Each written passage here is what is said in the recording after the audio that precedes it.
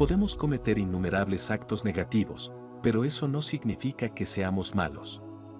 Podemos acumular incontables actos positivos, pero eso no significa que seamos buenos. Podemos ejecutar todo tipo de acciones, representar toda clase de papeles, desempeñar todo tipo de funciones, pero eso no quiere decir que seamos una cosa u otra de manera intrínseca y permanente. Por supuesto, cuantos más actos de un tipo u otro repitamos, más creeremos que somos de una u otra manera y con más fuerza nos asignaremos una etiqueta, un adjetivo que nos permita ordenar aparentemente el caos en que se desarrolla nuestra vida. En realidad, no somos nada que se pueda fijar en una norma inalterable.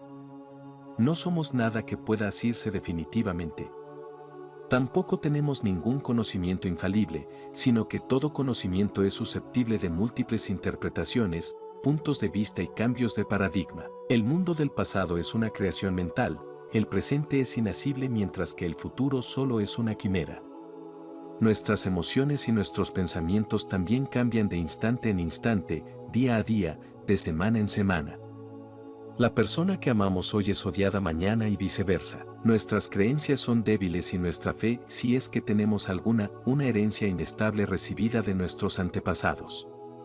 Por tanto, no parece demasiado aconsejable confiar en el conocimiento, en el pasado, en las emociones, ni en los pensamientos. No podemos asignar un término definitivo a nuestras sensaciones, emociones y estados de ánimo, puesto que cambian como las nubes en el cielo y lo que ahora nos parece felicidad, luego se transforma en dolor. Si observamos bien, podemos percibir cómo en el disfrute reside la semilla del nuevo deseo y que el mismo deseo lleva implícito, en la misma excitación que genera, algo de gozo y disfrute.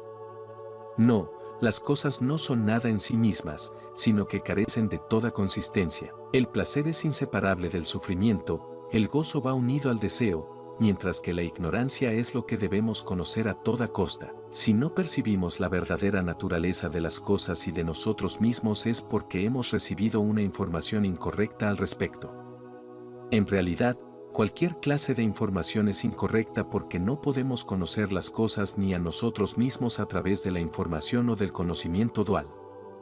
¿Qué es el conocimiento dual? Un conocimiento que escinde al conocedor de lo conocido.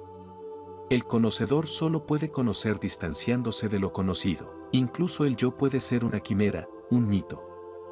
Nadie puede confirmarnos que somos, aunque todo el mundo trata de decirnos lo que somos. En este ser desnudo y sin etiquetas al que se puede asignar cualquier cualidad, aunque carece en sí mismo de todas ellas, va incluido todo, bueno y malo, positivo y negativo, luz y oscuridad, placer y dolor, palabras y silencio. Ese ser desnudo, según el budismo, está tan desnudo que trasciende los calificativos de ser y no ser, de existencia e inexistencia o, como se dice en términos tradicionales budistas, está más allá de los extremos del eternalismo y el nihilismo. No se le puede aplicar ninguna de las cuatro posibilidades lógicas, es y no es, y ni es ni no es. Escapa a cualquier concepto y los incluye a todos. Podemos poner en duda no solo nuestra manera de ser sino también nuestra manera de existir. Por ejemplo, ¿acaso la existencia del yo resulta tan evidente? Ese yo cuya existencia parecía legitimada, para Descartes, por la presencia misma del pensar, ¿en qué zona del cuerpo se halla ubicado? ¿En la cabeza, en el tronco, en las extremidades? ¿Es posible que el yo resida en el cerebro? Si fuera posible trasplantar el cerebro de un individuo a otro, ¿cambiaría por ello su sensación de identidad?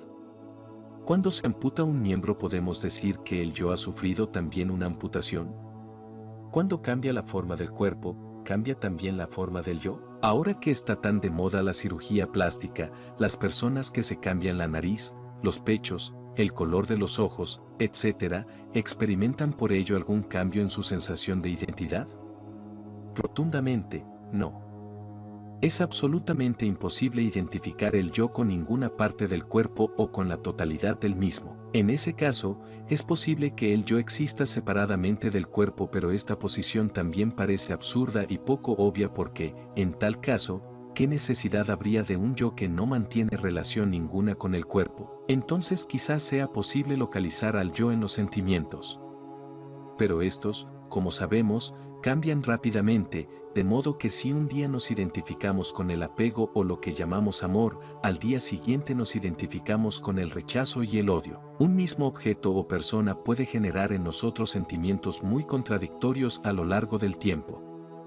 Por su parte, la vida fugaz de los pensamientos parece demasiado fluctuante para que pueda ser el asiento permanente del yo. Sin embargo, tampoco parece prudente concluir que el yo no existe en modo alguno puesto que constituye el centro de nuestra vida física, emocional y mental. Sin embargo, es imposible verlo o percibirlo directamente. Solo vemos sus reflejos, aunque no haya nadie ante el espejo. Es imposible convertir al sujeto en un objeto. Cualquier cualidad que asignemos al sujeto no le pertenece porque las cualidades y las determinaciones pertenecen a la esfera de los objetos. El yo es una superposición efectuada sobre un flujo de pensamientos, sensaciones, percepciones, etc., más o menos sutiles. Solo hay que dejar fluir, con la menor interferencia posible de nuestra parte, los pensamientos que sostienen la identificación del yo. Podemos plantearnos idénticas cuestiones con respecto a los supuestos objetos que dan forma a nuestra percepción. ¿En qué se basa su hipotética realidad? El camino pasa, pues, por la deconstrucción y la revisión de nuestros procesos perceptivos, afectivos y cognitivos.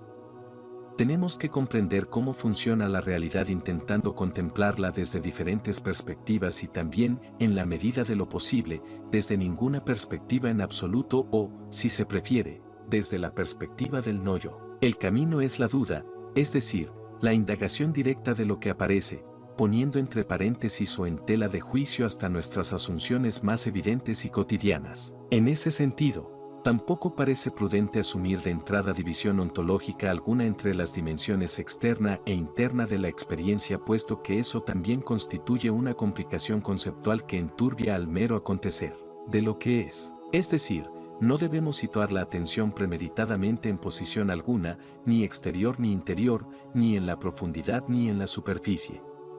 Cualquier dirección o intencionalidad supone una complicación añadida a lo que meramente es. En realidad, no puedo confiar en nada ni en nadie, incluido, como ya he dicho, yo mismo.